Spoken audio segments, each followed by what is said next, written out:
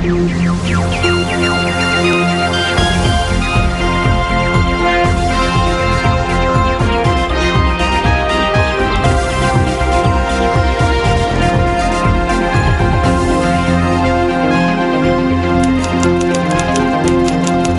First சக்தி TV பிரதான செய்திகளின் தலைப்புச் செய்திகள்.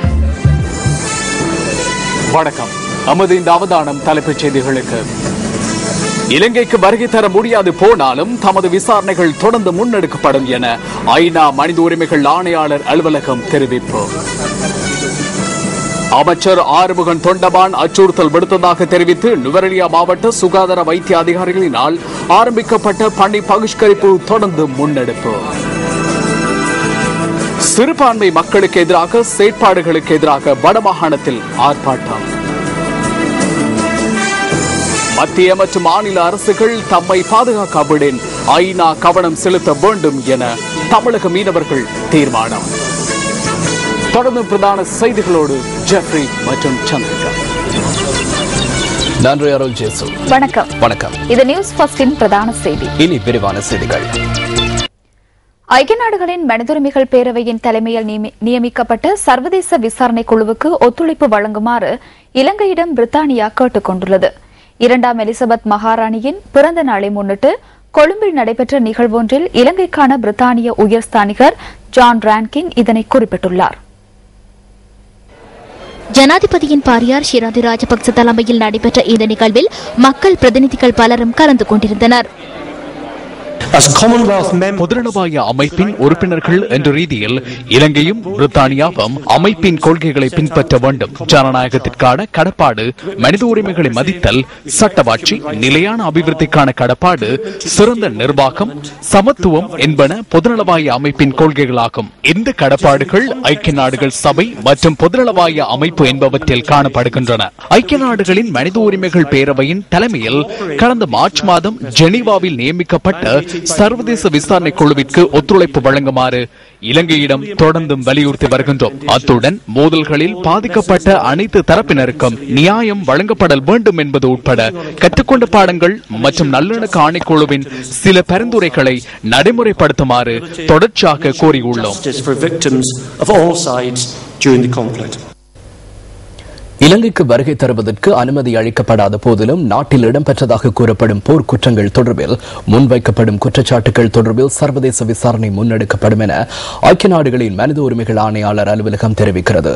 நியூஸ் ஃபர்ஸ்ட் அனுப்பிய மின்னஞ்சலுக்கு பதிலளிக்கும் வகையில் மனித உரிமைகள் ஆணையாளர் அலுவலகத்தின் ஊடக பேச்சாளர் ரோபர்ட் கால்வெல் இந்த விடயத்தினை குறிப்பிட்டுள்ளார்.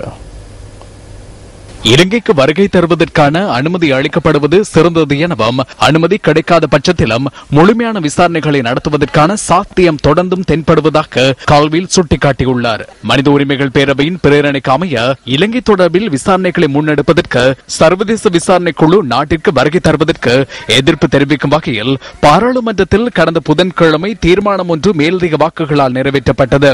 நாட்டிற்குள் பிரவேசிப்பதற்கு அனுமதி அளிக்கப்படாத போதிலும் சிரியா மற்றும் வடகொரியா தொடர்பில் சுயாதீன விசாரணைகளை முன்னெடுத்த அனுபவங்களை உதாரணமாக சுட்டிக்காட்டிய கொல்வில் இலங்கை தொடர்பிலும் விசாரணைகளை முன்னெடுப்பதற்கான சாத்தியங்கள் காணப்படுவதாக குறிப்பிட்டார். குறித்த நாடுகளுக்குள் பிரவேசிப்பதற்கான அனுமதி அளிக்கப்படாத பட்சத்திலும் மிகவும் விரிவான தகவல்களை பெற்றுக் கொண்டதாகவும் முக்கியமான பல சாட்சியங்கள் தமக்கு கிடைத்ததாகவும் ஐநா மனித உரிமைகள் ஆணையாளர் அலுவலகத்தின் ஊடக பேச்சாளர் சுட்டிக்காட்டினார்.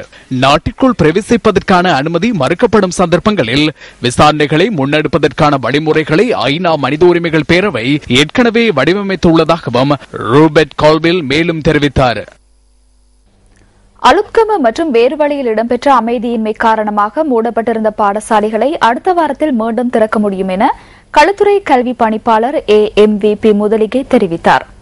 இந்த பகுதியில் பாதுகாப்பு உறுதிப்படுத்தப்பட்டதன் பின்னர் பாடசாலைகளை திறப்பதற்கு நடவடிக்கை எடுப்பதாக அவர் குறிப்பிட்டார். இதேவேளை அந்த பகுதியில் தற்போதைய நிலைமையை கண்டறிவதற்காக முதலீட்டு ஊக்குவிப்பு பிரதி அமைச்சர் ஃபைசர் முஸ்தபா இன்று பேருவளை மற்றும் தர்கா நகர் பகுதிகளுக்கு சென்றிருந்தார். முதலீட்டு ஊக்குவிப்பு பிரதி அமைச்சர் ஃபைசர் முஸ்தபா பேர்வழி பிரதேசத்துக்கு விஜயம் செய்து அங்குள்ள நிலைமைகளை கண்டறிந்தார். பின்னர் தர்கா நகருக்கு சென்று நிலைமைகளை நேரடியாக பார்வையிட்டார். பேர்வழி பகுதி பாடசாலையில் தற்காலிகமாக தங்கியுள்ள மக்களின் நலன் குறித்தும் ஆராய்ந்து அவர்களுக்கு நிவாரண உதவிகளை வழங்கினார்.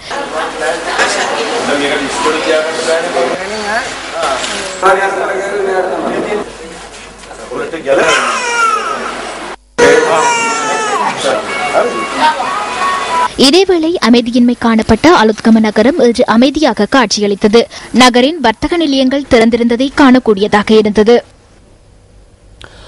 நீதி அமைச்சர் ரவுஃப் ஹக்கீம் வெளிநாட்டு பிரதிநிதிகள் சிலரை இன்று சந்தித்து கலந்துரையாடினார். அமெரிக்க ராஜாங்க செயலகத்தின் தெற்காசிய நடவடிக்கைகளுக்கான அமெரிக்க பிரதி உதவி செயலாளர் அதுல் கேஷப்பை நீதி அமைச்சர் இன்று முற்பகல் சந்தித்து கலந்துரையாடினார். ஸ்ரீலங்கா முஸ்லிம் காங்கிரஸ் அலுவலகத்தில் இந்த சந்திப்பு இடம்பெற்றது. அலுத்கம மற்றும் வேறுவலை பகுதிகளில் இடம்பெற்ற சம்பவம் தொடர்பில் நீதி அமைச்சர் ரவுஃப் ஹக்கீம் இதன்போது தெளிவூட்டியுள்ளார். இதேவேளை ஐக்கிய நாடுகளின் அரசியல் நடவடிக்கைகள் தொடர்பான உதவி பொதுச் செயலாளர் ஆஸ்கர் பெர்னாண்டஸ் டரன்கோவிற்கும் நீதி அமைச்சர் ரவுஃப் ஹக்கீமுக்கும் இடையில் இன்று பிற்பகல் சந்திப்பொன்று இடம்பெற்றது. இந்த வன்முறை சம்பவத்துடன் தொடர்புடைய மற்றும் அதற்கு பொறுப்பு கூற வேண்டிய நபர்களை கைது செய்வது அத்தியாவசியமானது என்பது குறித்து கருத்துக்கள் தெரிவிக்கப்பட்டன. இந்த நடவடிக்கைகளுக்கு அரசாங்கம் உரிய நடவடிக்கைகளை எடுக்காத பட்சத்தில் சட்ட ரீதியான தேர்வொன்றை பெற்றுக் கொள்கின்றமை குறித்து நாம் கவனம் செலுத்துவோம்.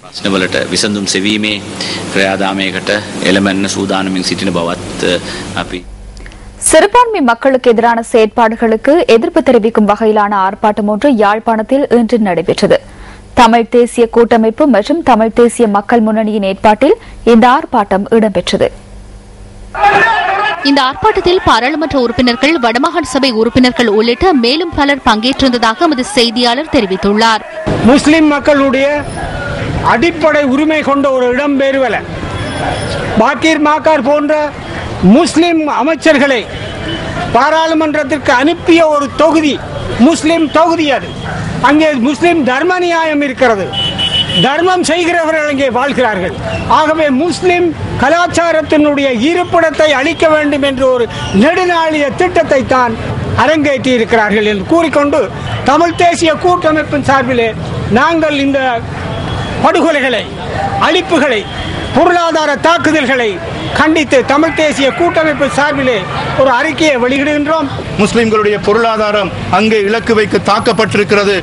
ஒரு சகோதரருடைய 7 வாகனங்கள் ஒரே நேரத்திலே கொளுத்தப்பட்டிருக்கின்றன. இன்னும் ஒரு சகோதரருடைய 1000 ஆடுகள், ஆஸ்திரேலியாவிலிருந்து தருவிக்கப்பட்ட 1000 ஆடுகளை அவர்கள் ஓட்டிச் சென்றிருக்கின்றார்கள்.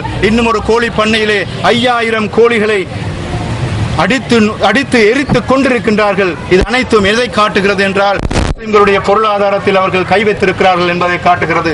இன்று அலுத்கமையில், நாளை மாவநிலையில், நாளை அன்று பதுளையில் என்று இவ்வாறு இவர்கள் அரங்கேற்றி செல்வார்கள்.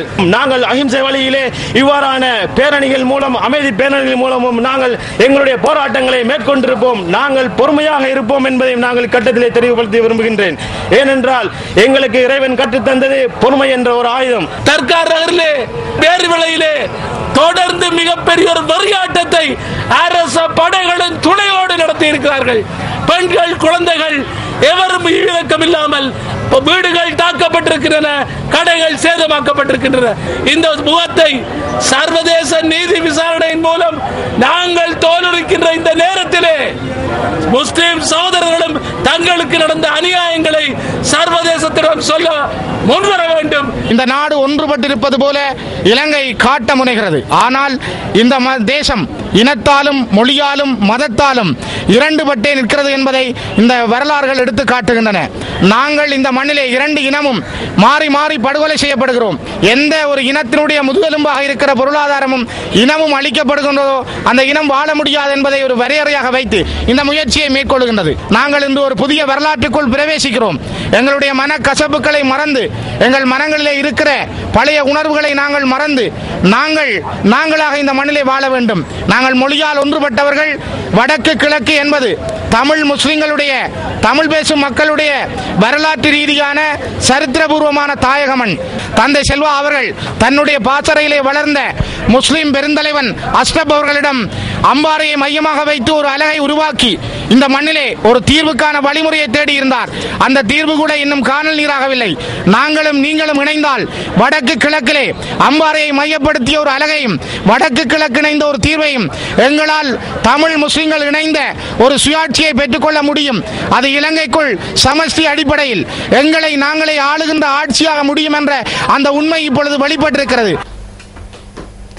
இதேவேளை முஸ்லிம் காங்கிரஸ் தமிழ் தேசிய கூட்டமைப்புடன் இணையும் பட்சத்தில் தமது பிரச்சினைகளை உலக அரங்குக்கு கொண்டு செல்ல முடியும் என ஜனநாயக மக்கள் முன்னணி தெரிவிக்கின்றது. முஸ்லிம்கள் பட்டி தொட்டி எல்லாம் சென்று அந்த பாராளுமன்ற உறுப்பினர்கள் முஸ்லிம் காங்கிரஸ் அவர்கள் உரையாற்றினார்கள். தமிழ் தேசிய கூட்டமைப்புடன் சேர்ந்து அரசியல் நடத்துவோம் என்று நடைபெற்றது என்ன? இது முஸ்லிம் காங்கிரஸ் சிந்திக்க வேண்டிய இருப்பது. இன்று அந்த கிழக்கு மாகாணத்திலே முஸ்லிம் காங்கிரஸ் தமிழ் தேசிய கூட்டமைப்புடன் சேர்ந்து ஆட்சி அமைக்குமா இருந்தால் இந்த பிரச்சனை உலக அரங்கிற்கு மேலும் உரித்தாக கொண்டு செல்லப்பட்டிருக்கும். அவர்களுக்கான நீதி மிகவும் கூடுதலாக கிடைத்திருக்கும். முஸ்லிம் காங்கிரஸ் அவரை விட்டிருக்கு. இறுதிக்கட்ட யுத்த விசாரணை தொடர்பில் அண்மையில் நீதி அமைச்சர் தெரிவித்த கருத்து தொடர்பிலும் இதன்போது கருத்து தெரிவிக்கப்பட்டது. ஒரு அமைச்சர் கருத்து தெரிவித்திருக்கின்றார்.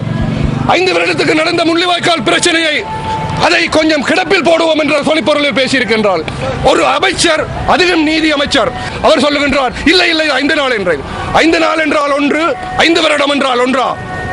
அதிகம் நீதி அமைச்சர் ஒரு கொலை நடந்து விட்டால் 10 வருடத்துக்கு பிள்ளை அந்த கொலையாளியை பிடிக்காம இருக்க முடியுமா? நியாயம் இருக்கின்றது. முஸ்லிம்கள் சிந்திக்க வேண்டிய நேரம் இன்று, முக்கியமாக சொல்ல வேண்டிய இந்த நேரம். முஸ்லிம்கள் என்றும் ஒற்றுமையாக இருக்க வேண்டிய காலம். இல்ல, யுத்த குற்றம் என்பது பொறுத்து கடைசி கட்ட அந்த யுத்தத்தின் போது நடைபெற்ற பல நிகழ்வுகளை அடியொட்டி இல்ல, இது அரசாங்கம் அண்மையில் நடந்த ஒரு இது 2-3 வருஷம் 5 வருஷங்களுக்கு முன்ன நடந்த ஒரு விஷயத்தில் பலவிதமான விசாரணைகளை செய்வதற்கான ஏற்கனவே அதற்கான ஆதாரங்கள் குறித்த விஷயங்கள் இருக்கிறது. அவற்றை அனுமதிப்பதும் அனுமதிப்பதும் அரசாங்கத்தை பொறுத்த விஷயம். ஆனால் அதற்காக இதையெல்லாம் மூடி மறைப்பதற்கு நாங்கள் ஒத்தாசை கொடுக்கிறோம் என்பது அல்ல. முஸ்லிம் அரசியல் தலைமைத்துவம் அதன் சந்தர்ப்பவாத செயற்பாடுகள் தொடர்பில் பல்வேறு விமர்சனங்கள் இருந்தாலும் அப்பாவி முஸ்லிம் சகோதரர்கள் பாதிக்கப்படுகின்றமையை வன்மையாக கண்டிப்பதாக வடமாகாண விவசாய அமைச்சர் தெரிவித்துள்ளார்.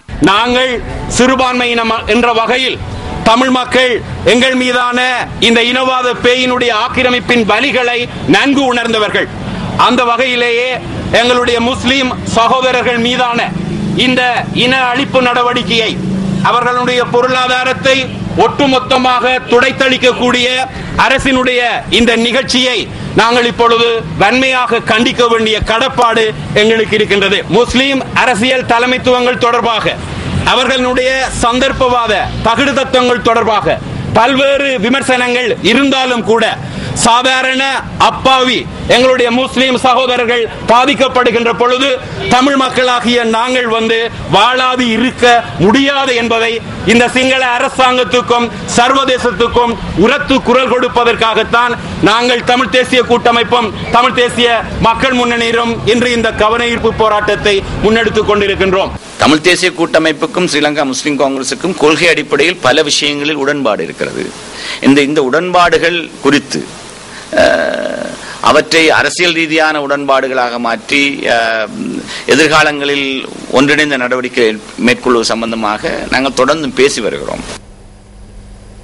இதேவேளை முஸ்லிம் மக்களுக்கு சிறந்த தலைமைத்துவத்தை வழங்குவதற்கு முஸ்லிம் தலைவர்கள் செயற்படுவார்களா என்பதை வருங்காலம் தீர்மானிக்கும் என தமிழ் தேசிய மக்கள் முன்னணி தெரிவிக்கின்றது.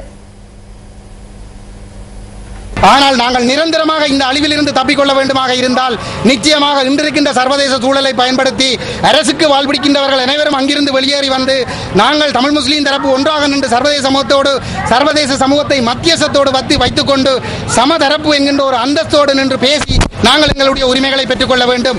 நேற்று கேள்விப்பட்டேன், ஒரு முஸ்லீம் அமைச்சர் ஒருவர் ஜனாதிபதியிடம் நியாயம் கேட்க சென்ற பொழுது அவர் கடுமையாக வாங்கி கட்டியதாக கேள்விப்பட்டேன். அதற்கு பின்னரும் அவர்களோடு ஒட்டிக்கொண்டிருக்க போகிறாரா அல்லது துணிந்து வெளியே முதுகெலும்பை நிமித்திக் கொண்டு அந்த மக்களுக்கு ஒரு நீதியான தலைமைத்துவத்தை கொடுக்க போகிறாரா என்பதை வருங்காலம் தான் தீர்மானிக்கப் போகின்றது. வவுனியாவில் இன்று நடைபெற்ற ஆர்ப்பாட்டம் ஒன்றுக்கு போலீசாரினால் இடையூறு விளைவிக்கப்பட்டது. சிறுபான்மை மக்களுக்கு எதிரான செயற்பாடுகளுக்காக எதிர்ப்பு ஆர்ப்பாட்டம் ஒன்று ஏற்பாடு செய்யப்பட்டிருந்தது. சிறுபான்மை மக்களுக்கு எதிரான செயற்பாடுகளுக்கு எதிர்ப்பு தெரிவிக்கும் வகையிலான ஸ்லோகங்களையும் ஆர்ப்பாட்டக்காரர்கள் ஏந்தியிருந்தனர்.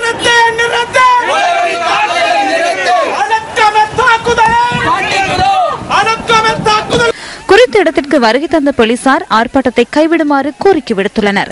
போலீசாரின் கோரிக்கைக்கு இடமளிக்காது ஆர்ப்பாட்டம் தொடர்ந்து முன்னெடுக்கப்பட்டதாக எமது செய்தியாளர்கள் குறிப்பிடுகின்றனர். இதனையடுத்து போலீசாருக்கும் ஆர்ப்பாட்டக்காரர்களுக்கும் இடையில் வாய்த்தர்க்கம் ஏற்பட்ட நிலையில் அங்கு அமைதியின்மை நிலவியுள்ளது.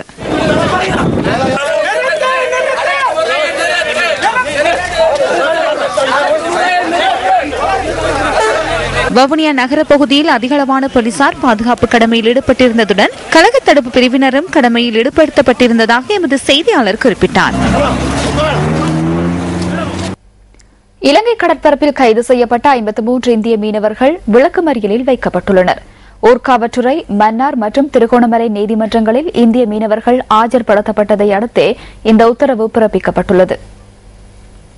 யாழ் நெடுந்தீவு கடற்பரப்பில் கைதான 24 மீனவர்களும் அடுத்த மாதம் 2ஆம் தேதி வரை விளக்கமறியலில் வைக்கப்பட்டுள்ளனர். இந்த மீனவர்கள் ஊர்காவத்துறை நீதவான் நீதிமன்றத்தில் ஆஜர்படுத்தப்பட்டதை அடுத்து விளக்கமறியலில் வைக்கப்பட்டதாக கடற்தொழில் திணைக்களத்தின் யாழ் மாவட்ட பிரதிபலிப்பாளர் நடராஜா கணேசமூர்த்தி தெரிவித்தார். இவர்களின் 6 படகுகளும் காங்கேசன்துறை துறைமுகத்தில் தடுத்து வைக்கப்பட்டுள்ளன. இதேவேளை தலைமன்னார் கடற்பரப்பில் கைதான இந்திய மீனவர்கள் எதிர்வரும் 27ஆம் தேதி வரை விளக்கமறியலில் வைக்கப்பட்டுள்ளனர். 22 இந்திய மீனவர்களை மன்னார் நீதவான் நீதிமன்றத்தில் இன்று முற்பகல் ஆஜர்படுத்தியதை அடுத்து இவர்கள் விளக்கமறியலில் வைக்கப்பட்டதாக கடற்றொழில் திணைக்களத்தின் மன்னார் மாவட்ட பிரதிபலிப்பாளர் BS மிரண்டா தெரிவித்தார். மன்னாரில் கைதான இந்திய மீனவர்களின் 5 படகுகளை தடுத்து வைக்குமாறு மாவட்ட நீதவான் அனந்தி கனகரத்னம் உத்தரவு பிறப்பித்ததாகவும் அவர் கூறினார். மேலும் திருகோணமலையில் கைது செய்யப்பட்ட இந்திய மீனவர்கள் எதிர்வரும் 7ஆம் தேதி வரை விளக்கமறியலில் வைக்கப்பட்டுள்ளனர். திருகோணமலை நீதவான் நீதிமன்றத்தில் ஆஜர்படுத்தப்பட்ட போது இந்த உத்தரவு பிறப்பிக்கப்பட்டுள்ளது. கிழக்கு கடற்பரப்பில் அத்துமீறி பிரவேசித்து மீன்பிடியில் ஈடுபட்ட குற்றச்சாட்டின் பேரில் இந்த 7 இந்திய மீனவர்களை கடற்படையினர் நேற்றிரவு கைது செய்துள்ளனர். இந்திய மீனவர்களுடன் அவர்களின் படகு மற்றும் மீன்பிடி உபகரணங்களும் கடற்படையினரால் பறிமுதல் செய்யப்பட்டுள்ளதாக போலீஸ் ஊடகப் பிரிவு குறிப்பிடுகின்றது. மேலதிக விசாரணைகளின் பொருட்டு இந்த மீனவர்களை கடற்படையினர் திருகோணமலை துறைமுக போலீசாரிடம் ஒப்படைத்துள்ளனர். இதேவேளை இலங்கையில் இந்திய மீனவர்கள் கைது செய்யப்படுகின்றமை குறித்து ராமேஸ்வரம் மீனவர்களினால் நேற்று 7 தீர்மானங்கள் நிறைவேற்றப்பட்டன. இலங்கையில் மீனவர்கள் கைது செய்யப்படுகின்றமை மற்றும் மீனவர்களின் படகுகள் பறிமுதல் செய்யப்படுகின்றமைக்கு எதிராகவே இந்த தீர்மானங்கள் நிறைவேற்றப்பட்டுள்ளன. ராமேஸ்வரம் மீனவர்கள் நேற்று மாலை கூடி ஆராய்ந்த போது இந்த தீர்மானங்கள் எட்டப்பட்டதாக அங்கிருக்கும் எமது செய்தியாளர் தெரிவிக்கின்றார். ஏற்கனவே பிடித்த 23 படகுகளையும் இன்று பிடிக்கப்பட்ட 11 படகையும் சேர்த்து 34 படகுகளையும் 46 மீனவர்களையும் படகுடன் விடுவித்து தர மத்திய மாநில அரசுகளை கேட்டுக்கொண்டு தீர்மானிக்கப்பட்டது. தமிழக அரசு, மத்திய அரசு எங்கள் தொழிலையும் எங்களையும் பாதுகாக்க தவறினால் எங்களை இலங்கை தமிழருக்காக குரல் கொடுக்கும் நாடுகள் அல்லது ஐநா எங்களை வாழ வழி செய்ய ஆவணம் செய்ய வேண்டும். தலாத்துவோய பகுதியில் ரத்னக்கல் சுரங்கம் இடிந்து விழுந்ததில் தொழிலாளர் ஒருவர் உயிரிழந்துள்ளார். தலாத்துவோயா மயிலப்பிட்டிய பகுதியில் உள்ள ரத்தினக்கல் சுரங்கம் ஒன்றை இவ்வாறு இடிந்து விழுந்துள்ளது. மாத்தளை பகுதியில் வசிக்கும் 55 வயதான ஒருவரை உயிரிழந்துள்ளார். நேற்று பிற்பகல் ரத்தினக்கல் சுரங்கத்திற்குள் இருந்த வேளையில் சுரங்கம் இடிந்து வீழ்ந்ததாக எமது பிராந்திய செய்தியாளர் தெரிவித்தார். சுரங்கத்திற்குள் சிக்குண்டவரை மீட்கும் நடவடிக்கைகளில் போலீசார், கடற்படையினர், இடர் முகாமைத்துவ நிலையத்தின் அதிகாரிகள் மற்றும் பிரதேசவாசிகள் நேற்றிரவில் இருந்து ஈடுபட்டுள்ளனர். எனினும் அவரை காப்பாற்ற முடியாத நிலையில் அவரின் சடலம் இன்று முற்பகல் மீட்கப்பட்டுள்ளதாக எமது செய்தியாளர் குறிப்பிட்டார். டெங்கு ஒழிப்பு நடவடிக்கை இன்று முதல் 3 நாட்களுக்கு மேல் மாகாணத்தில் முன்னெடுக்கப்படுகின்றது. இந்த நடவடிக்கை கொழும்பு மாநகர சபை வளாகத்தில் ஆரம்பிக்கப்பட்டது. முப்படையினர் மற்றும் போலீசார் உட்பட சுகாதார பிரிவினர் ஒன்றிணைந்து டெங்கு ஒழிப்பு விசேட திட்டத்தை முன்னெடுத்துள்ளனர். இதன் பிரகாரம் கொழும்பு, கம்பஹா மற்றும் களுத்துறை மாவட்டங்களில் இந்த டெங்கு ஒழிப்பு நடவடிக்கை முன்னெடுக்கப்படுகின்றது. மேல் மாகாணத்தில் டெங்கு தொற்று தீவிரமடைந்து வருவதனால் இந்த நடவடிக்கை முன்னெடுக்கப்படுவதாக சுகாதார அமைச்சின் தேசிய டெங்கு ஒழிப்பு பிரிவின் பணிப்பாளர் விசேட வைத்திய நிபுணர் ஹசித திசேரா தெரிவித்தார். නිලධාරීන් ඔබේ පරිශ්‍රයට පැමිණෙයි. ඒ අය විශේෂයෙන්ම මේ වගේ හැඳුනුම් පතක් පැළඳගෙන තමයි තමන්ගේ පරිශ්‍ර පරීක්ෂා කරන්න එන්නේ. அதிகாரிகள் உங்களது வளாகத்திற்குள் வருகை தருவார்கள். அவர்கள் இவ்வாறான அடையாள அட்டைகளை வைத்திருப்பார்கள். அதேபோன்று இதனை போன்ற விண்ணப்ப படிவங்களுடன் வருவார்கள். அவர்களுக்கு ஒத்துழைப்புகளை வழங்கி சுற்றுச்சூழலை டெங்கு பரவும் இடங்களை அடையாளம் கண்டு இல்லாத ஒழியுங்கள். உங்களது வளாகத்தில் டெங்கு இல்லை என்று உறுதிப்படுத்தப்பட்டால் ஸ்டிக்கர் ஒட்டப்படும். இந்த பச்சை நிற ஸ்டிக்கரை பெற்றுக்கொள்ள நீங்கள் தகுதியுடையவராக வேண்டும். அனைத்து இன உடம்புகளற்ற சூழலை உருவாக்கும் நோக்கில் இன்று முதல் 3 வார காலத்திற்கு டெங்கு ஒழிப்பு முன்னெடுக்கப்படுகின்றது. இந்த ஸ்டிக்கர்களை அவர்கள் வீடுகளில் அல்லது வளாகத்தில் ஒட்ட தீர்மானித்துள்ளோம். මේ වෙනකොට යහුසුළු වෙන්න ඕනේ. සියලුම මදුරුවන්ගෙන් තොර පරිශ්‍ර සඳහා සති 2ක කාලයක වළංගු වීම සඳහා. ඒ කියන්නේ අද සිට සති 2ක් වළංගු වෙන ආකාරයට මේ ස්ටිකරය එයාගේ නිවස ඉදිරිපිට හෝ පරිශ්‍ර ඉදිරිපිට අපි ප්‍රදර්ශනය කිරීමට බලාපොරොත්තු වෙනවා. டெங்கு ஒழிப்பு 3 வார கால நடவடிக்கையின் முதலாவது கட்டம் இன்று கம்பஹ மாவட்டத்தின் யக்கல பிரதேசத்தில் ஆரம்பித்து வைக்கப்பட்டது. இதன்போது போலீசார் மற்றும் விமானப்படையினர் கலந்து கொண்டனர். யக்கல நகரத்தின் வர்த்தக நிலையங்களை பரிசோதனை செய்தனர். கடந்த 6 மாத காலத்திற்குள் டெங்கு தொற்றுக்குள்ளானவர்கள் என சந்தேகிக்கப்படும் 15,184 நோயாளர்களில் 59.52% மேல் மாகாணத்திலேயே பதிவாகியுள்ளதாக தொற்று நோய் தடுப்பு பிரிவு தெரிவித்துள்ளது.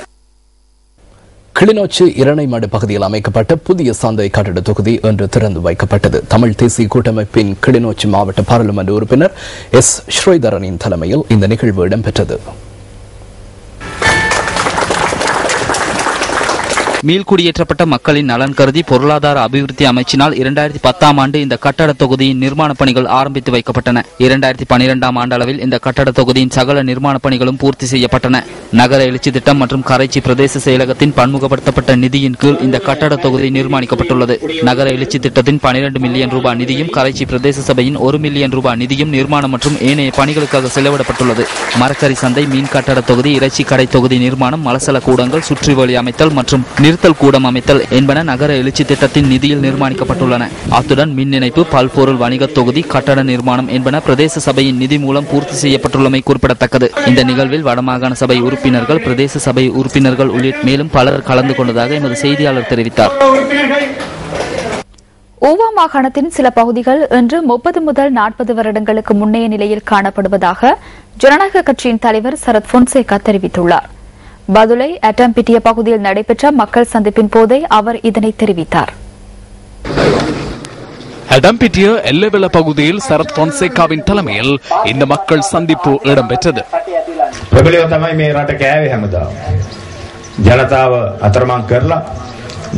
நாட்டை அதிகார வர்க்கத்தினரை சீரழித்துள்ளனர். பொதுமக்களை அனாதரவாக்கி போலியான வாக்குறுதிகளை அளித்து நாட்டை சீரழித்தது அதிகாரமுடையவர்கள் என கூறிக்கொள்ளும் அரசியல்வாதிகளும் அரசியல் கட்சிகளுமே. ஊவா மக்களுக்கு இந்த அரசாங்கம் எதனையும் செய்யவில்லை. இந்த பிரதேசங்களுக்கு நாங்கள் கடந்த காலங்களில் வந்துள்ளோம். கடந்த 30 அல்லது 40 வருடங்களில் எந்தவித மாற்றமும் இல்லை. தற்போது அரசாங்கத்திற்குள் காணப்படுகின்ற பிளவுகள் மற்றும் வாக்கு வீழ்ச்சிகள் போன்ற காரணங்களினால் அடுத்த வருட ஆரம்பத்தில் பொது தேர்தல் நடைபெறலாம். அந்த சந்தர்ப்பத்தில் அரசாங்கத்திற்கு மேலும் 5 லட்சம் வாக்குகள் குறைவடையலாம். அப்போது சுதந்திர கூட்டமைப்பின் மரண சடங்கிற்கு வெள்ளை உடையுடன் செல்ல வேண்டும் என்று ஐக்கிய தேசிய கட்சிக்கு ஏற்பட்டுள்ள நிலைமையே இன்னும் 7-8 மாதங்களில் ஸ்ரீலங்கா சுதந்திர கட்சிக்கும் ஏற்படும்.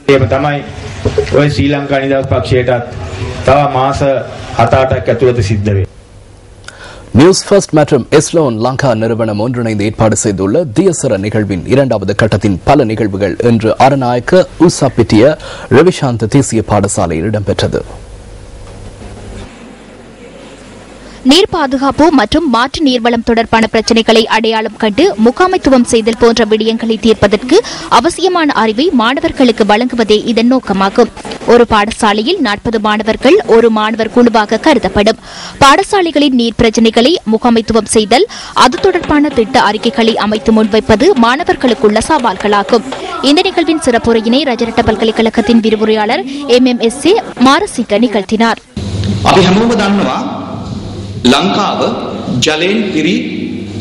இலங்கை நீர்வளத்தின் முழுமையான நாடு என்பது நம் அனைவருக்கும் தெரியும். ஆனால் எமது இந்த நீர்வளத்தை பாதுகாத்துக் கொள்ளாவிடின் இன்னும் சில காலத்தில் பாலைவனத்தில் மக்கள் வாழ வேண்டிய நிலைமை ஏற்படும். ஆகவே இதற்காகத்தான் இந்த தியசர நிகழ்வு பாடசாலைகளில் முன்னெடுக்கப்படுகிறது.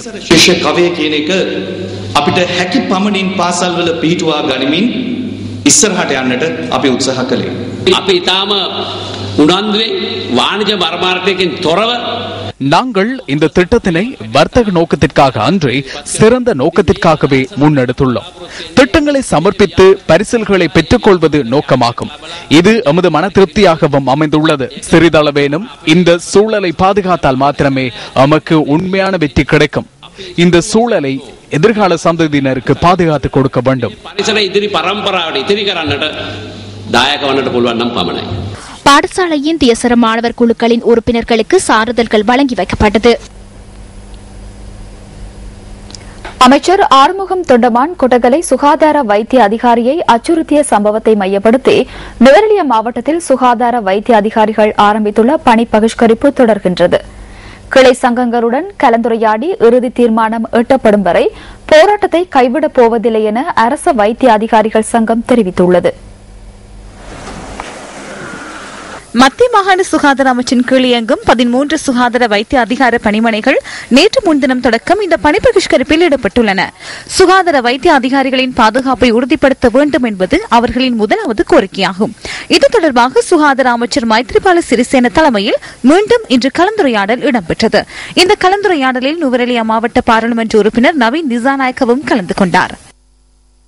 රජයේ පාර්ශවයෙන් අපි දෙදෙනාම වෛද්‍යවරුන්ට ප්‍රකාශයක් කරා විශේෂයෙන්ම நுவரெலியா දිස්ත්‍රික්කයේ ඔවුන්ගේ அரசாங்கத்தின் சார்பில் நாங்கள் இருவரும் நுவரெலியா மாவட்டத்தில் வைத்தியர்கள் தொடர்பில் பாதுகாப்பை உறுதிப்படுத்தியுள்ளோம். அந்த பகுதியில் உள்ள வைத்தியர்களின் பாதுகாப்பை உறுதி செய்து அவர்களுக்கு பிரச்சனை ஏற்படாதவாறு செயற்பட உள்ளோம். எதிர்வரும் திங்கட்கிழமை அல்லது செவ்வாய்க்கிழமை ஆகும் போது பாதுகாப்பு உறுதி செய்யப்படும். செவ்வாய்க்கிழமையின் பின்னர் பணி பகிஷ்கரிப்பை நிறைவு செய்ய நாங்கள் எதிர்பார்த்துள்ளோம். සම්පූර්ණයෙන්ම නවත්වයි කියා අපේ විශාල විශ්වාසයක් තිබෙනවා.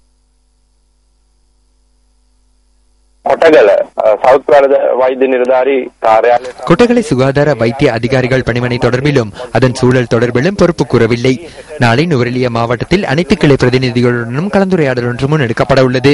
இந்த கலந்துரையாடலின் பின்னர் இந்த தொழிற்சங்க நடவடிக்கை தொடர்பில் தீர்மானம் ஒன்று எட்டப்படும். தொழிற்சங்க நடவடிக்கையை முன்னெடுப்பது தொடர்பான தீர்மானம் நாளையே எட்டப்படும். அதுவரை எமது பணி பகிஷ்கரிப்பு தொடர்ந்து முன்னெடுக்கப்படும்.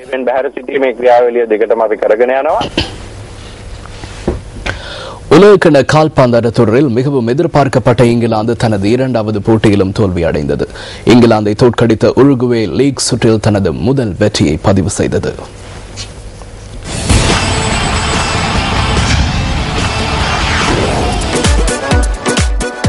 டி குழுவில் இடம்பெற்றுள்ள உருகுவே மற்றும் இங்கிலாந்து அணிகள் தமது இரண்டாவது போட்டியில் நேற்றிரவு மோதின. சாவோ பாலோவில் நடைபெற்ற இந்த போட்டி இரண்டு அணிகளுக்குமே முக்கியத்துவம் வாய்ந்ததாக இருந்தது. இவ்விரண்டு அணிகளும் தமது முதல் போட்டியில் தோல்வி அடைந்தவை அதற்கான காரணமாகும். காலில் ஏற்பட்ட உபாதைக்கு சத்திர சிகிச்சை செய்து கொண்ட உருகுவே அணி வீரர் லூவிஸ் சுவாரெஸ் போட்டியில் முதல் கோலை போட்டார். மூன்றாவது உலகக்கிண கால்பந்தாட்ட தொடரில் விளையாடும் இங்கிலாந்து அணி வீரர் வேன் ரூனி உலகக்கிண வரலாற்றில் தனது முதல் கோலை பதிவு செய்தார். போட்டி முடிவடைய 5 நிமிடங்கள் இருக்கையில் இரண்டாவது கோலை போட்ட லூவிஸ் சுவாரெஸ் உருகுவே அணியின் வெற்றிக்கு வித்திட்டார். போட்டியில் 2-1 எனும் கோல் கணக்கில் வெற்றி பெற்ற உருகுவே தொடரை தக்க வைத்துக் கொண்டது.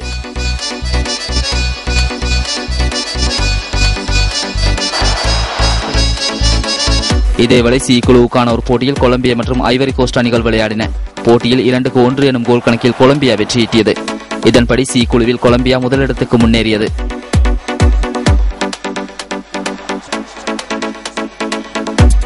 இதனிடையே ஜப்பான் மற்றும் கிரேக்க அணிகள் சி குழுவுக்கான மற்றொரு போட்டியில் பங்கு பெற்றன. கோல் போடும் வாய்ப்புகளை இரண்டு அணிகளின் வீரர்களும் தவறவிட போட்டி கோலின்றி சமநிலையில் முடிவுக்கு வந்தது. இவ்விரண்டு அணிகளும் இம்முறை தொடரில் இதுவரை ஒரு வெற்றியை கூட பெறவில்லை என்பதும் இங்கு குறிப்பிடத்தக்கது.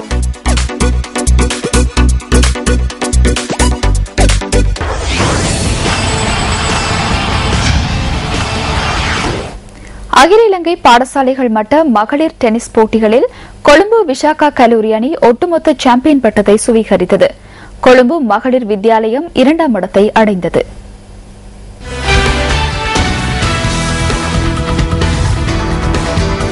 அகில இலங்கை பாடசாலைகள் மட்ட மகளிர் டென்னிஸ் போட்டிகள் கொழும்பு டென்னிஸ் அரங்கில் நிறைவுக்கு வந்தன. போட்டிகளில் 15 வயதுக்குட்பட்ட பிரிவில் கொழும்பு விசாகா கல்லூரி அணி சாம்பியனானது.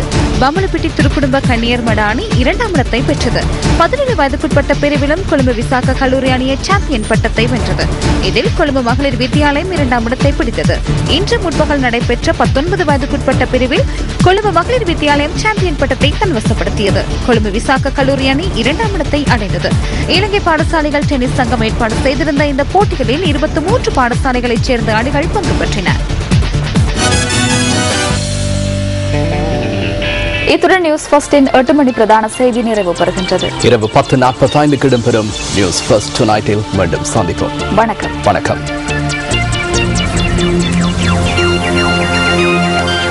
Hotline 0114-896-896 www.newsfirst.lk. Feedback at newsfirst.lk.